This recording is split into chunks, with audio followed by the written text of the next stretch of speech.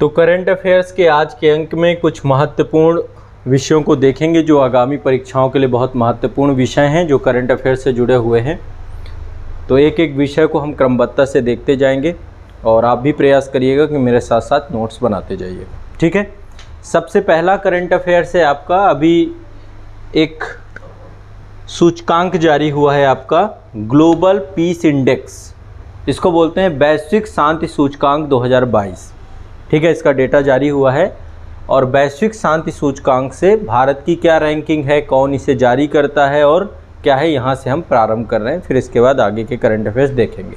तो जून 2022 में एक संस्था है, जो संस्था इसे जारी करती है उसका नाम बहुत ज़रूरी है आपको पता होना, institute for economics and peace, लिख लो। इसको जारी करता संस्था कौन सी है? Institute for economics and peace. इसके द्वारा वैश्विक शांति सूचकांक हर वर्ष जारी किया जाता है। ग्लोबल पीस इंडेक्स 2022 जारी किया जाता है। 2022 का है, ये 16वां संस्करण है, ठीक है। इससे पहले 15 आ चुके हैं, 16वां संस्करण है। तो संस्था का नाम क्या है?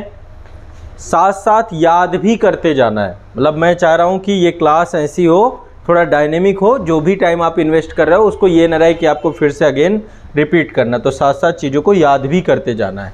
तो संस्था है आपकी institute for economics and peace. इस संस्था के द्वारा वैश्विक शांति सूचकांक 2022 जारी किया गया, 16वां संस्करण था और इसमें विश्व के लगभग 163 देश थे। अब 163 देशों को उनके क्षेत्रों में उनकी टेरिटरी के अंतर्गत शांति के आधार पर रैंकिंग प्रदान की गई है, ठीक है, कि शांति किस देश में कितनी रही है। लगभग 23 संकेत थे, 23 मानक थे, 23 पैरामीटर थे, जिनके आधार पे देशों का वर्गीकरण किया जाता है, उनको रैंकिंग प्रदान की जाती है कि समाज में बचाव और सुरक्षा का स्तर कैसा है, घरेलू और अंतर्राष्ट्रीय संघर्ष कैसा है किसी देश में, सैन्यीकरण का स्तर कैसा है, और ये सारे के आधार पर ही क्या किया जाता है, रैंकिंग पूरी बनाई जाती है। तो लगभग इसमें 23 पैरामीटर्स होते हैं और इन 23 पैरामीटर्स पे के आधार पे जो है किसी भी देश की रैंकिंग को तय किया जाता है। किस आधार पे? कि उस देश के टेरिटरी के अंतर्गत शांति का स्तर क्या है। क्लियर है, स्पष्ट है, ठीक है ऑनलाइन वाले, ठीक है सभी को। अब देखो भारत की बात करते हैं कि भारत की क्या स्थिति रही या भारत के अलावा यूरोप की स्थिति क्या रही। देखा जाए तो इस समय जो सबसे ज़्यादा जो क्षेत्र परेशान है, जिस क्षेत्र में सबसे कम शांति है, वो क्षेत्र है आपका नॉर्थ अफ्रीका का क्षेत्र, सबसे ज़्यादा अशांत क्षेत्र है। और मध्य पूर्व मिडिल ईस्ट का क्षेत्र, जहाँ पे ये इजराइल है, फिलिस्तीन है, जॉर्डन है, इराक है, सीरिया है, अभी अफगानिस्तान को आपने देखा, ये आपका सेंट्रल एशिया के हिस्से में आ जाता है, ठीक है। तो मध्य पूर्व का क्षेत्र और अफ्रीका का क्षेत्र, इसको दोनों को मिलाकर के एक टर्म्स बनता है जिसको बोलते हैं मेना क्षेत्र, middle east and north Africa, मेना। कुछ ये टर्म्स आपको जानने चाहिए। ये एक शब्द यूज किया जाता है मेना, ऐसे एक शब्द प्रयोग किया जाता है वाना। वाना का मतलब क्या है? वेस्ट एशिया, नॉर्थ अफ्रीका, वाना कंट्रीज बोली जाती हैं, या मिडिल ईस्ट या नॉर्थ अफ्रीका, इसको मेना कंट्रीज बोली जाती हैं। तो जो मेना कंट्रीज हैं, मिडिल ईस्ट वाला एरिया है, यमन वाले क्षेत्र में आपने देखा पिछले समय में अशांति चल रही थी। तो देखा जाए तो विश्व में सबसे ज़्यादा अशांत क्षेत्र जो आपका ये है। अब ये आपको लग रहा है क्योंकि 2022 की रिपोर्ट है, 2021 का सूचकांक होगा, ये 2021 का डेटाबेस के आधार पे बनाया गया है। जब 2023 में आएगा अगला सूचकांक तो आपको सबसे अशांत एरिया ये लगेगा जो भूमध्य सागर से जुड़ा हुआ है, काला सागर से जुड़ा हुआ रीजन, रसिया, यूक्रेन, यूरोप आज के टाइम में कितना शांत है, संघर्ष, युद्ध की स्थिति यहाँ पे बनी हुई थी, ये क्षेत्र भी काफ़ी अशांत हो गया।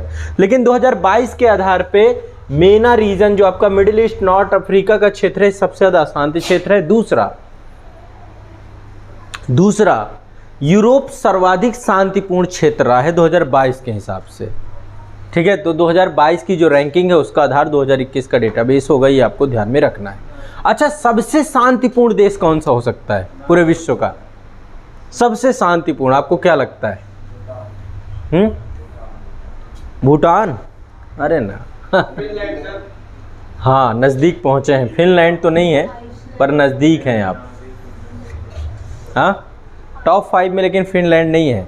आइसलैंड नंबर 1 में है। आइसलैंड लिख लो, रैंकिंग नंबर 1 में है आइसलैंड। नंबर 1 में आइसलैंड है तो नंबर 2 में क्या होगा? अच्छा गेस करो।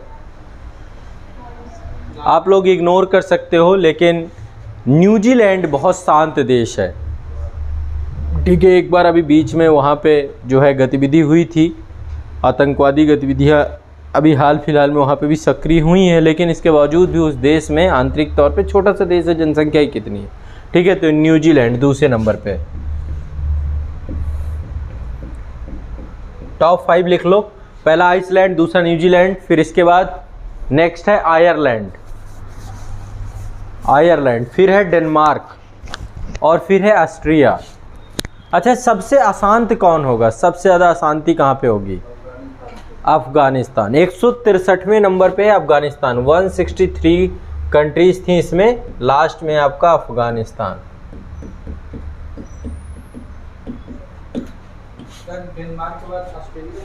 ऑस्ट्रिया, ऑस्ट्रिया, ऑस्ट्रिया को 5वां स्थान मिला है।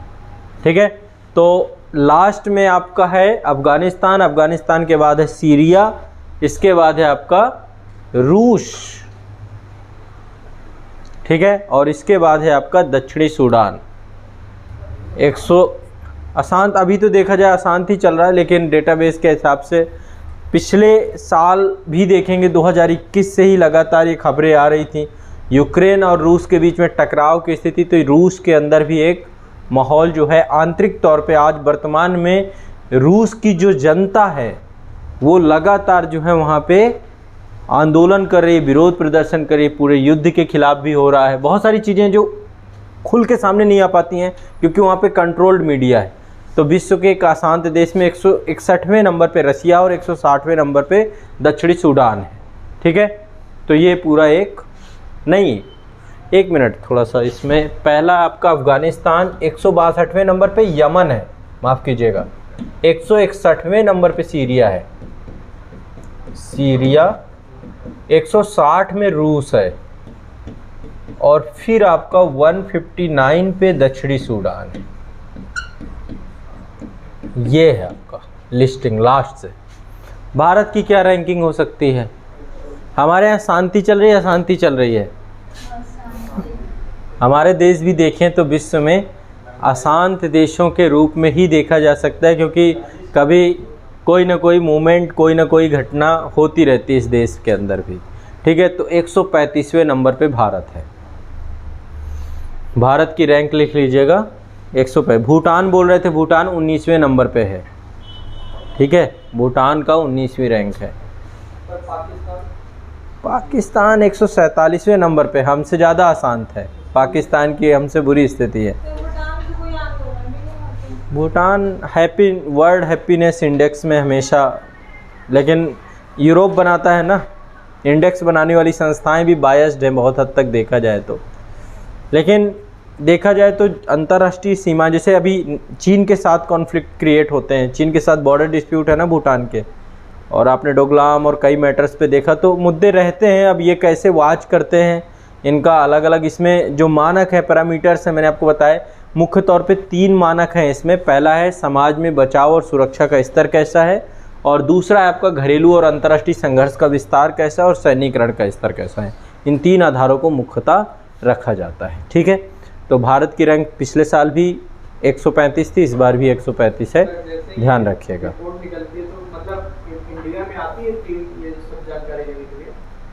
ये तो हाँ, सब पैरामीटर्स हो, एजेंसी सर्वे कराते हैं, वो सारी चीज़ें इनका काम होता है, ये करते रहते हैं। ठीक है, इतना ज़्यादा दिमाग नहीं लगाना है, बहुत ज़्यादा सोचा मत करिए, ज़्यादा सोच ले जाते हैं, वो सब काम आपका नहीं है, उनका है। ठीक है, चलिए ठीक है, एक मोस्ट इम्पॉर्टेंट कह सकते हैं, एक अगली जो आपकी न्यूज़ है, ये वैसे नवंबर की न्यूज़ है आपकी, नवंबर 2021 का है।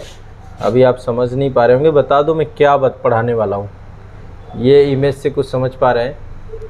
कोरोना मत बोल दिए, कोविड है। कोविड के दौरान ही, मतलब ये सर्वेक्षण आपका आया था पिछले साल नवंबर 2021 में। हेडिंग डाल लीजिए, राष्ट्रीय उपलब्धि सर्वेक्षण।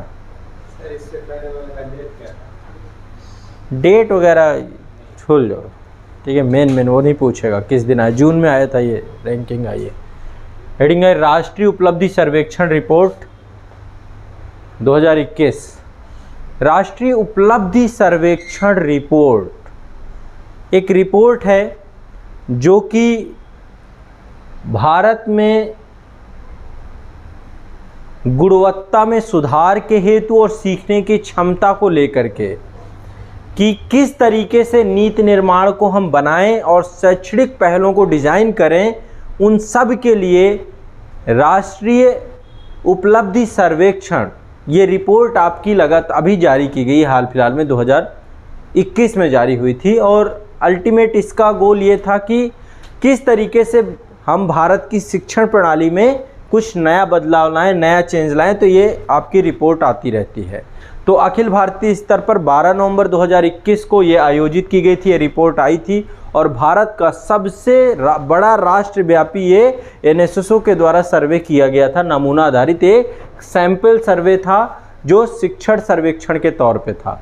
कौन आयोजित किया? शिक्षा मंत्रालय, और शिक्षा मंत्रालय के अधीन जो आपके स्कूल शिक्षा और साक्षरता विभाग हैं उनके द्वारा जो है ये सर्वे आयोजित किया गया, ठीक है। इसको एनसीईआरटी के द्वारा बनाया गया था। एनसीईआरटी आप सब जानते हैं, राष्ट्रीय शैक्षणिक अनुसंधान एवं प्रशिक्षण केंद्र, है ना। एनसीईआरटी के द्वारा इसको तैयार किया गया था, इस सर्वे को। और इस सर्वे के अंतर्गत 3 क्लासेस, मतलब 3 नहीं, टोटल तीसरी क्लास, 5वीं क्लास, 8वीं क्लास और 10वीं क्लास, इसके छात्रों के लिए आयोजित किया गया है, ठीक है। और हर एक उसमें मतलब 3 से 5वीं क्लास, 3 से लेके 5वीं क्लास तक के लिए 3 सब्जेक्ट रखे गए थे, 8वीं क्लास के बच्चों के लिए 4 सब्जेक्ट रखे गए थे, और 10वीं क्लास के बच्चों के लिए 5 सब्जेक्ट रखे गए थे। इन 5 सब्जेक्ट के आधार पे ये एनएसए सर्वेक्षण आपका हुआ है, राष्ट्रीय उपलब्धि सर्वेक्षण आपका किया गया है। तो अल्टीमेट इसका उद्देश्य क्या है, सबसे पहले एक बार लिख लो इसका उद्देश्य क्या है। लिखिए, राष्ट्रीय उपलब्धि सर्वेक्षण का उद्देश्य, राष्ट्रीय उपलब्धि सर्वेक्षण का उद्देश्य गुणवत्ता में सुधार और सीखने की क्षमता में, गुणवत्ता में सुधार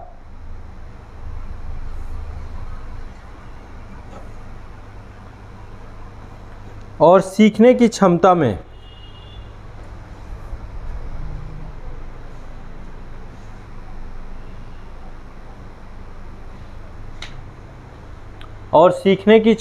समानता सुनिश्चित करने के लिए, समानता सुनिश्चित करने के लिए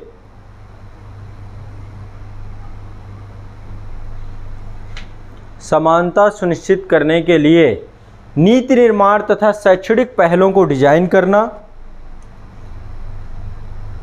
नीति निर्माण तथा शैक्षणिक पहलों को डिजाइन करना,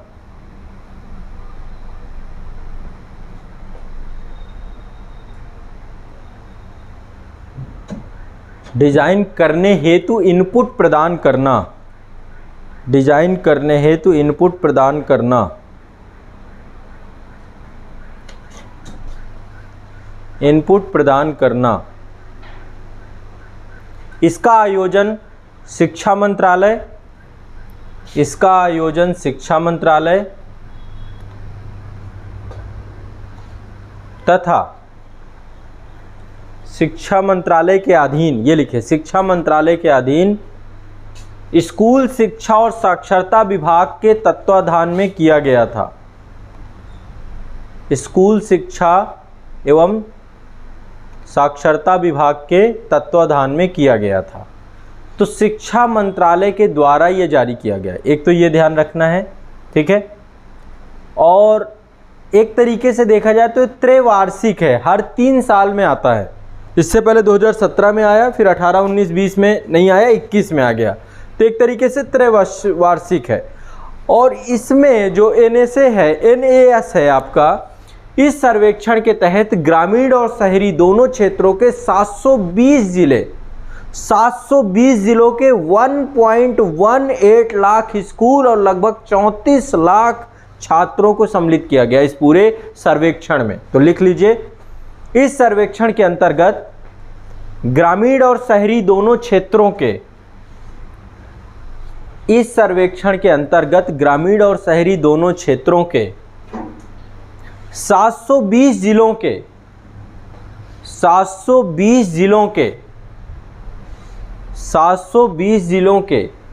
1.18 लाख स्कूलों के 1.18 लाख स्कूलों के लगभग 34 लाख छात्रों ने भाग लिया।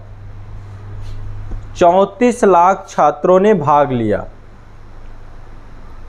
ठीक है, तो शिक्षा प्रणाली में सीखने के परिणामों और स्वास्थ्य के आकलन के लिए एक राष्ट्रव्यापी सर्वेक्षण है। पूरे भारत में आयोजित किया जाने वाला सबसे बड़ा राष्ट्रव्यापी नमूना आधारित शिक्षा सर्वेक्षण है ये सबसे, और शिक्षा मंत्रालय के द्वारा इसको जो है क्या किया गया है, आपका इसको आयोजित किया गया है।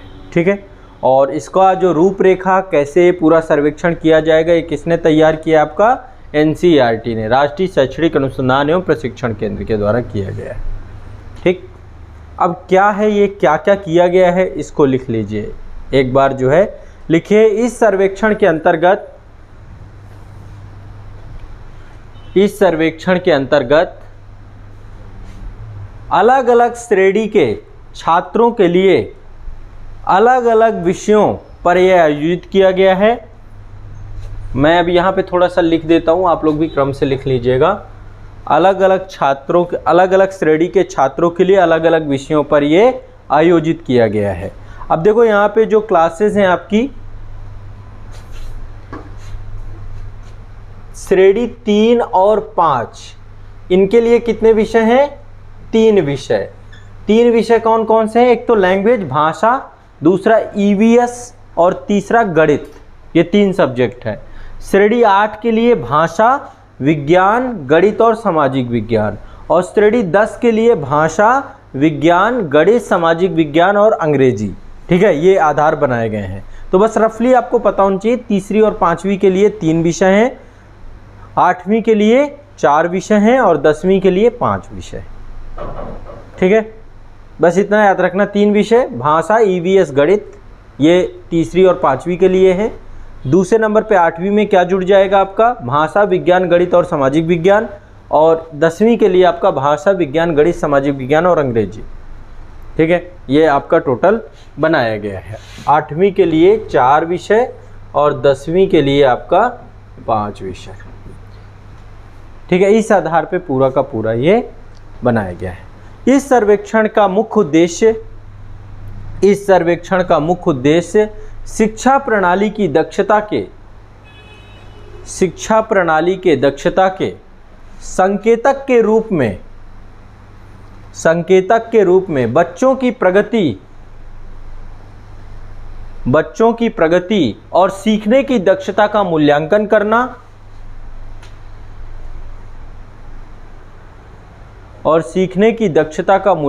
करना, ताकि विभिन्न स्तरों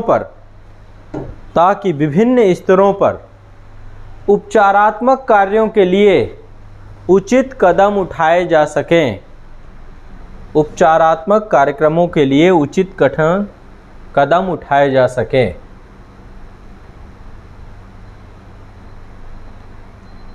ठीक है, अब इसके लिए जो रैंकिंग दी गई है थोड़ा सा उनको लिख लीजिए। पंजाब नंबर 1 इसमें है, इसमें लिख लो।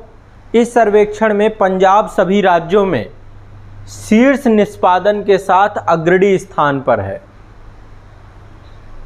ठीक है, इस सर्वेक्षण में पंजाब सभी राज्यों में शीर्ष निष्पादन के साथ अग्रणी स्थान है। अब देखो अलग अलग इसमें बहुत सारे फैक्ट हैं, मैं सारे फैक्ट नहीं लिखवाऊंगा, सारे फैक्ट आप पढ़ लेना, इंटरनेट में डालोगे पूरा सर्वेक्षण खुल के आ जाएगा यदि आपको पढ़ना हो। ठीक है, बट मैं आपको मेन फैक्ट यहाँ पे लिखवा रहा हूँ, सारे के सारे आपको ध्यान रखना। ठीक, नेक्स्ट आगे लिख लीजिए।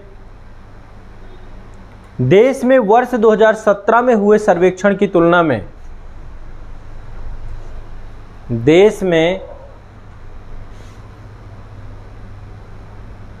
वर्ष 2017 में हुए सर्वेक्षण की तुलना में वर्ष 2021 में सभी विषयों और कक्षाओं के प्रदर्शन के स्तर में गिरावट हुई है।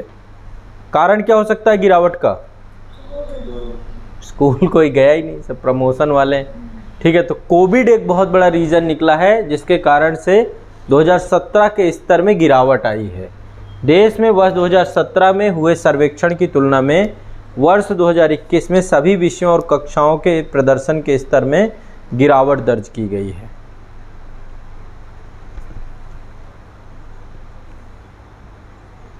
गिरावट दर्ज की गई है।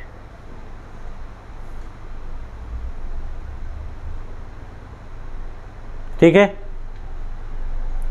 कोविड महामारी के दौरान स्कूल बंद रहने की अवधि में,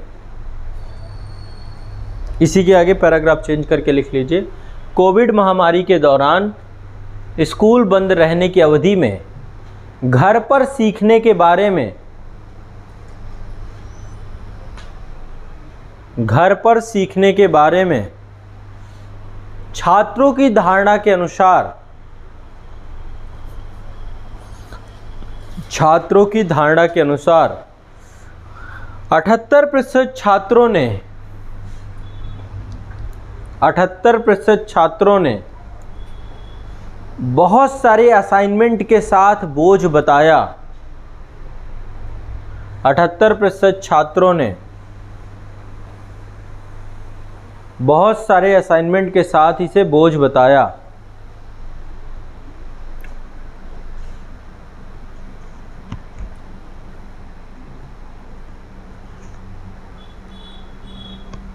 वहीं कम से कम 38% छात्रों को घर पर सीखने में कठिनाइयों का सामना करना पड़ा।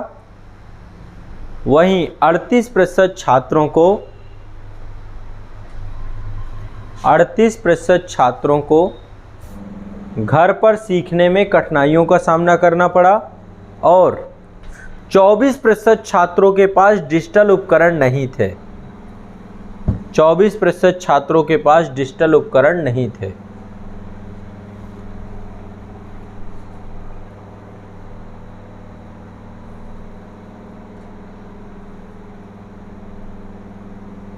ठीक है, राष्ट्रीय और राज्य स्तर पर लड़कियों का प्रदर्शन, राष्ट्रीय और राज्य स्तर पर लड़कियों का औसत प्रदर्शन सभी लड़कों में, सभी विषयों में लड़कों से की तुलना में बेहतर था। राष्ट्रीय और राज्य स्तर पर लड़कियों का औसत प्रदर्शन लगभग सभी विषयों में लड़कों से बेहतर था। लगभग सभी विषयों में लड़कों से बेहतर था। ठीक है, तो आप सभी जानते ही हैं कि भारत में लड़कियां हर चीज़ में आगे हैं, वो तो मौका नहीं दिया गया। तो हर एक सर्वेक्षण में अब लगातार ये चीज़ देखने को मिलती है। अब देखो भारतीय संविधान में यदि देखो तो भारतीय संविधान में शिक्षा को लेकर के आर्टिकल 21A दिया गया है आपका, है ना, शिक्षा संबंधी अधिकार। जब कभी इस तरीके के सर्वेक्षण आए तो थोड़ा सा आपको क्या करना चाहिए, थोड़ा खंगाल लेना चाहिए आपके जीएस का जो टॉपिक होता है। ठीक है, उसी से मेंस का क्वेश्चन बन सकता है या कुछ भी बन सकता है। नीति निर्देशक तत्वों में कहाँ पे लिखा हुआ है, कोई बताएगा? 44 तो एक समान, आर्टिकल 45 में लिखा हुआ है, डीपीएसपी में 45 में लिखा हुआ है और साथ में आर्टिकल 39F में एक बात लिखी गई कि राज्य द्वारा वित्त पोषित होने के साथ साथ सबको समान और सुलभ शिक्षा प्रदान की जाएगी। तो यहाँ पे आर्टिकल आपका 45, आर्टिकल 39F ये जुड़ जाएगा। 42वां संविधान संशोधन हुआ था 1976 में, उसमें शिक्षा को राज्य सूची से उठाकर समवर्ती सूची में डाल दिया गया था और 86वें संविधान संशोधन द्वारा ही क्या किया गया था, मौलिक अधिकार बना दिया गया था, 21A बना दिया गया था। और इसके बाद 2009 में एक कानून लाया गया था शिक्षा का अधिकार, राइट टू एजुकेशन। 6 से 14 साल के सभी बच्चों को प्राथमिक शिक्षा को लेकर एक फंडामेंटल राइट बना दिया गया था। ठीक है, और इसके अलावा समाज के वंचित वर्गों के लिए 25% के आरक्षण को भी रखा गया था। तो इस तरीके से शिक्षा के अधिकार पे सरकार के द्वारा, अभी जैसे न्यू एजुकेशन पॉलिसी आई थी आपकी सन 2020 में आई थी शायद, कोविड के टाइम पे ही आई थी ना न्यू एजुकेशन पॉलिसी, है ना। एक आपका जो है राष्ट्रीय उपलब्धि सर्वेक्षण, ये सरकार समय समय पे लाती रहती है। इसी के अलावा बहुत सारे अन्य योजनाएं हैं, जैसे मिड डे मील हो गया, पीएम पोषण योजना हो गई, समग्र शिक्षा अभियान हो गया, निपुण भारत अभियान हो गया, स्किल डेवलपमेंट अभियान हो गया। तो ये कई सारे तरीके गवर्नमेंट के द्वारा लगातार शिक्षा व्यवस्था को बेहतर बनाने की दिशा में काम किए जाते हैं। तो जैसे अब एजुकेशन को लेकर के आपको कोई आंसर राइटिंग करनी है, आपको कोई भी जीएस का टॉपिक कुछ भी करना है आपको, है ना, निबंध लिखना है, तो आपको ये सारी चीज़ें इनबिल्ड करनी चाहिए जो करंट से जुड़ी हुई हो, जो हाल फिलहाल में आती है। 45 हाँ, पढ़िएगा एक बार, कोई बात नहीं बेटा, पढ़ना कोई बात नहीं, ठीक है। चलो ये हो गया। अब अगला चलते हैं, नेक्स्ट आर्टिकल एक बार देख लेना आप, ठीक है, उसमें कंफ्यूज होने की जरूरत नहीं है, एक बार देख लेना। नेक्स्ट चलते हैं, अगला है आपका the national data and analytics platform. NITI Aayog के द्वारा एक जो है ये प्लेटफॉर्म डेवलप किया गया है, नया प्लेटफॉर्म बनाया गया है। देखिए एक चीज़ समझिए, आज के समय की जो संपत्ति है वो क्या है, डेटा। और शासन को यदि हमें पारदर्शी बनाना है, शासन को यदि हमें क्या करना है, बहुत ज़्यादा उत्तरदायी बनाना है, तो जो सार्वजनिक डेटा है उस डेटा को क्या करना पड़ेगा, सभी तक पहुंचाना पड़ेगा। ये जिम्मेदारी सरकार की है। तो इसी के उद्देश्य से एक प्लेटफॉर्म बनाया गया है जिसका नाम है राष्ट्रीय डेटा विश्लेषण पोर्टल। लिख लो, इसके बारे में अभी लिखवाऊंगा आपको। क्या नाम है, national data and analytics platform, इसको बोलते हैं NDAP। अब ये क्या है, इसके बारे में मैं आपको यहाँ पर कुछ बातें लिखवाऊंगा, क्रम से आप जो है एक एक चीज़ इसके बारे में भी लिखते जाइएगा। NDAP, ठीक है। अब इसके बारे में पहली चीज़ आपको पहले एक चीज़ समझनी है, इसका शुभारंभ 13 मई 2022 को किया गया था। एक चीज़ बताइए, उपाध्यक्ष नीति आयोग के समय कौन है?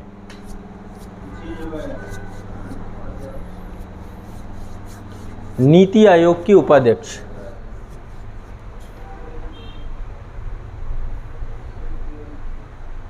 हाँ, नए बने, नाम नहीं याद आ रहा। सुमन बेरी जी। कौन है? सुमन बेरी। कौन है नीति आयोग के उपाध्यक्ष? सुमन बेरी। याद कर लो, रट लो, पूछेगा, आएगा क्वेश्चन ये, ठीक है। कोई भी PCS वगैरह में या वनडे वगैरह में क्वेश्चन पूछेगा। UPSC तो बड़ा मुश्किल है, हो सकता है कोई कथन में डाल दे, बट नहीं डालता, पर्सन एंड न्यूज़ टाइप की चीज़ें। तो देखो ये एक पोर्टल है जिसमें एक तरीके का एक ऐसा इकोसिस्टम डेवलप करना है जो डेटा को सार्वजनिक कर सके, सब तक पहुंचा सके। लेकिन कैसा डेटा सार्वजनिक करे? जो सार्वजनिक डेटा है।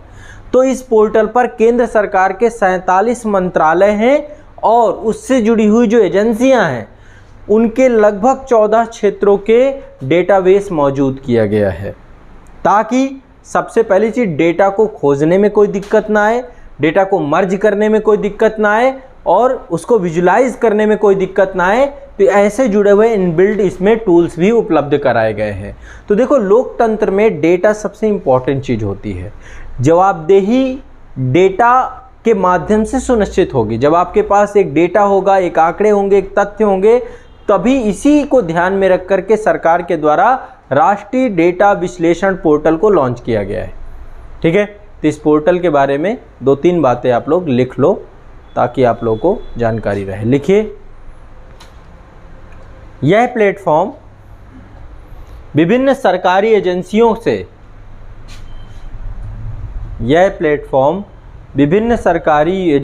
से मूलभूत डेटा सेट को होस्ट करता है। विभिन्न सरकारी एजेंसियों के मूलभूत डेटा सेट को होस्ट करता है और उन्हें सुसंगत रूप से प्रस्तुत करता है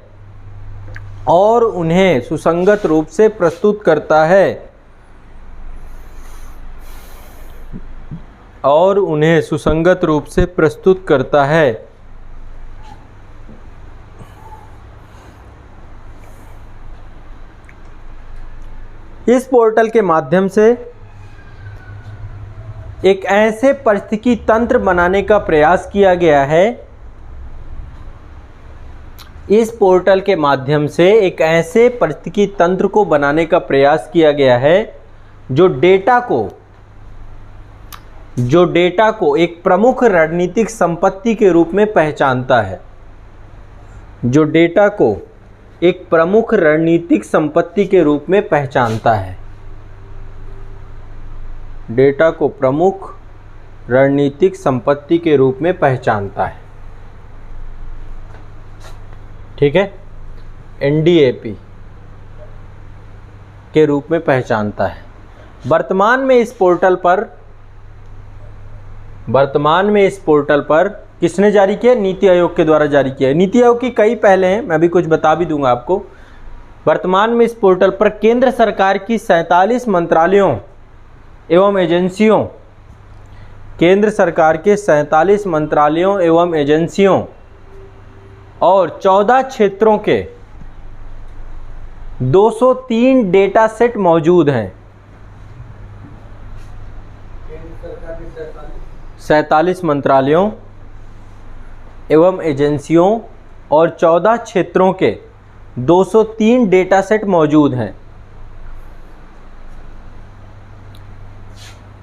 इस पोर्टल में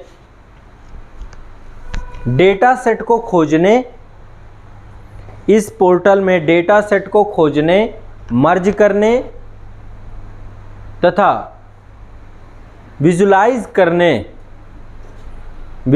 करने की इनबिल्ड टूल्स मौजूद हैं। विजुलाइज करने के इनबिल्ड टूल्स मौजूद हैं। इनबिल्ड टूल्स मौजूद हैं।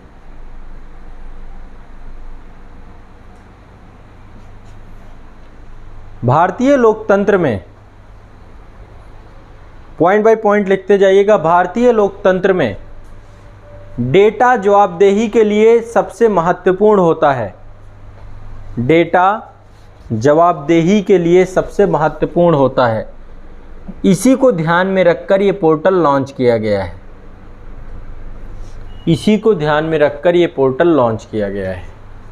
ठीक है, तो अब ये पोर्टल क्या क्या काम करेगा? एक तो भारत सरकार के डेटा तक पहुंच बनाने में और उसका उपयोग करने में क्या करेगा?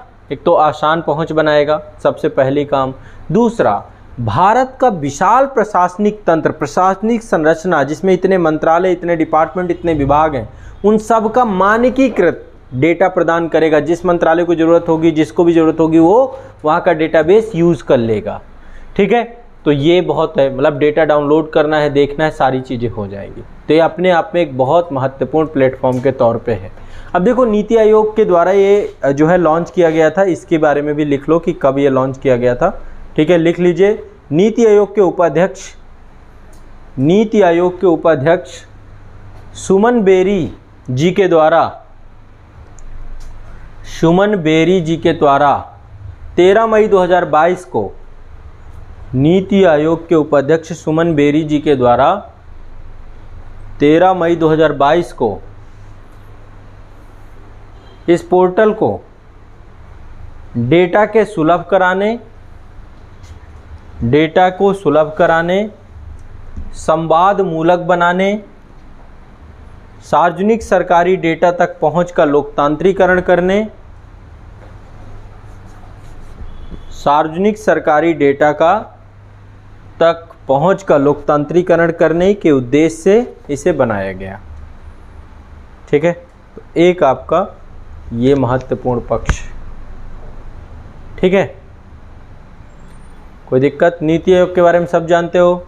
कब बनाया गया नीति आयोग? 1 जनवरी 2015 में बनाया गया। मुख्यालय कहाँ पे है? अध्यक्ष कौन होता है? पदेन अध्यक्ष होते हैं प्रधानमंत्री। उद्देश्य क्या है नीति आयोग के बनाए जाने का? ग्रामीण स्तर पर विकास कार्यों को पहुंचाना, नीति का सहकारीकरण करना। आसान भाषा में सहकारी मतलब कोऑपरेटिव फेडरलिज्म को बढ़ाना, है ना, सभी को साथ में जोड़ करके नीति को बढ़ावा देना, संघवाद को बढ़ावा देना। ठीक है, आपको तकनीकी शब्दों को समझना पड़ेगा। पहले तो कोऑपरेटिव फेडरलिज्म बढ़ाना, सहकारी संघवाद बढ़ाना और साथ में नीति में सभी की सहभागिता को बढ़ाना। इस उद्देश्य से पूरा का पूरा प्लेटफॉर्म बनाया गया था। अब नीति आयोग के द्वारा कई पहलें की गई हैं, कोई ये एक पहल नहीं है। ऐसे ही एक पहल की गई थी AIM, जिसको बोलते हैं अटल इनोवेशन मिशन। कोई बताएगा अटल इनोवेशन मिशन क्या है? किस लिए बनाया गया है अटल इनोवेशन मिशन? देश में नवाचार और उद्यमिता के कल्चर को बढ़ाने के लिए, इसके बढ़ावा को देने के लिए एक पहल की गई थी अटल इनोवेशन मिशन की। कब की गई थी? 2016 में। इसके अलावा एक और जो है पहल की गई थी नीति आयोग के द्वारा, जिसका नाम है ई अमृत। ई अमृत क्या था? जो इलेक्ट्रॉनिक वाहन हैं उन सभी की सूचनाओं को ई अमृत में एक जगह पे, मतलब एक जगह पे उनकी सभी सूचनाओं को उपलब्ध कराने के उद्देश्य से ई अमृत प्रारंभ किया गया था। ऐसे ही नीति आयोग ने एक और मंच प्रारंभ किया जिसका नाम है महिला उद्यमिता मंच। इसका उद्देश्य है महिला उद्यमियों के लिए एक पोर्टल बना देना, ताकि वो आने वाले समय पे महिलाओं को उद्यमशीलता, एंटरप्रेन्योरशिप कल्चर और उनसे जुड़ी हुई जितनी भी उनकी ज़रूरतें हैं उनके लिए वन स्टॉप सॉल्यूशन के तौर पे काम करना। और एक और बनाया गया था, नए भारत के लिए रणनीति बनाई गई थी। तो जो न्यू इंडिया का विज़न है, आज़ादी के अमृत महोत्सव और न्यू इंडिया के विज़न के अंतर्गत भारत के लक्ष्य को, न्यू इंडिया के लक्ष्य को प्राप्त करने के लिए, तो ऐसे करके नीति आयोग कई सारी पहले, तो आपको पता होना चाहिए कि नीति आयोग एटलीस्ट काम क्या क्या कर रहा है ना, उसका प्रैक्टिकल फॉर्म में क्या क्या चीज़ें उसके द्वारा की गई हैं। तो कुछ भी पूछा जाता है, कभी मेन से पूछा जाता है, तो आपको ये सारे एग्जाम्पल के तौर पे चीज़ों को डालना चाहिए। समझ में आ रही मेरी कोई बात? ठीक है, चलो नेक्स्ट। प्रधानमंत्री जी के द्वारा देश में अभी असम में कैंसर अस्पतालों का क्या किया गया? उद्घाटन किया गया है। अप्रैल 2022 में ही प्रधानमंत्री जी असम में थे और असम में 17 कैंसर हॉस्पिटल बनाए जाने हैं। इसमें असम सरकार है और टाटा फाउंडेशन है, ये दोनों मिल करके हॉस्पिटल्स बना रहे हैं। ठीक है, तो अप्रैल 2022 में प्रधानमंत्री नरेंद्र मोदी जी के द्वारा डिब्रूगढ़ में जो है एक आयोजन हुआ। उस आयोजन में 7 कैंसर अस्पतालों को राष्ट्र को समर्पित किया गया। तो 7 कैंसर अस्पताल कहाँ पे प्रारंभ किए गए हैं? ये एक तो डिब्रूगढ़ में है, दूसरा असम में 3-4 जगह हैं। एक तो तेजपुर है, लखीमपुर है, जोरहाट है, बारपेटा है ना, कोकाझार है। तो एक बार लिख लो, इन सभी चीज़ों को लिखिए, हेडिंग डाल लीजिए असम में कैंसर अस्पताल। ये इंपॉर्टेंट इसलिए क्योंकि पूछ सकता है। ठीक है, लगभग 17 अस्पताल हैं और इसमें टाटा फाउंडेशन और असम सरकार दोनों मिलकर काम कर रही है। तो लिखिए इसमें, असम सरकार और टाटा ट्रस्ट के एक संयुक्त उद्यम द्वारा, असम सरकार और टाटा ट्रस्ट के एक संयुक्त उद्यम द्वारा असम कैंसर केयर फाउंडेशन के द्वारा एक फाउंडेशन बनाया गया। असम कैंसर केयर फाउंडेशन के द्वारा राज्य भर में 17 कैंसर अस्पतालों के साथ, राज्य भर में 17 कैंसर अस्पतालों के साथ 17 कैंसर अस्पतालों के साथ दक्षिण एशिया का सबसे विशाल किफ़ायती कैंसर सेवा का नेटवर्क बनाने हेतु, दक्षिण एशिया का सबसे विशाल किफ़ायती कैंसर सेवा का नेटवर्क बनाने हेतु एक परियोजना का क्रियान्वयन किया जा रहा है। एक परियोजना का क्रियान्वयन किया जा रहा है। परियोजना के पहले चरण में, परियोजना के पहले चरण में 10 अस्पतालों के निर्माण का लक्ष्य है। 10 अस्पतालों के निर्माण का लक्ष्य है, जिसमें 7 अस्पतालों का निर्माण पूरा किया जा चुका है। जिसमें 7 अस्पतालों के निर्माण का लक्ष्य पूरा किया जा चुका है। वहीं दूसरे चरण में 7 नए कैंसर अस्पतालों का निर्माण किया जाएगा। वहीं दूसरे चरण में 7 नए कैंसर अस्पतालों का निर्माण किया जाएगा। हाल ही में अप्रैल 2022 में प्रधानमंत्री नरेंद्र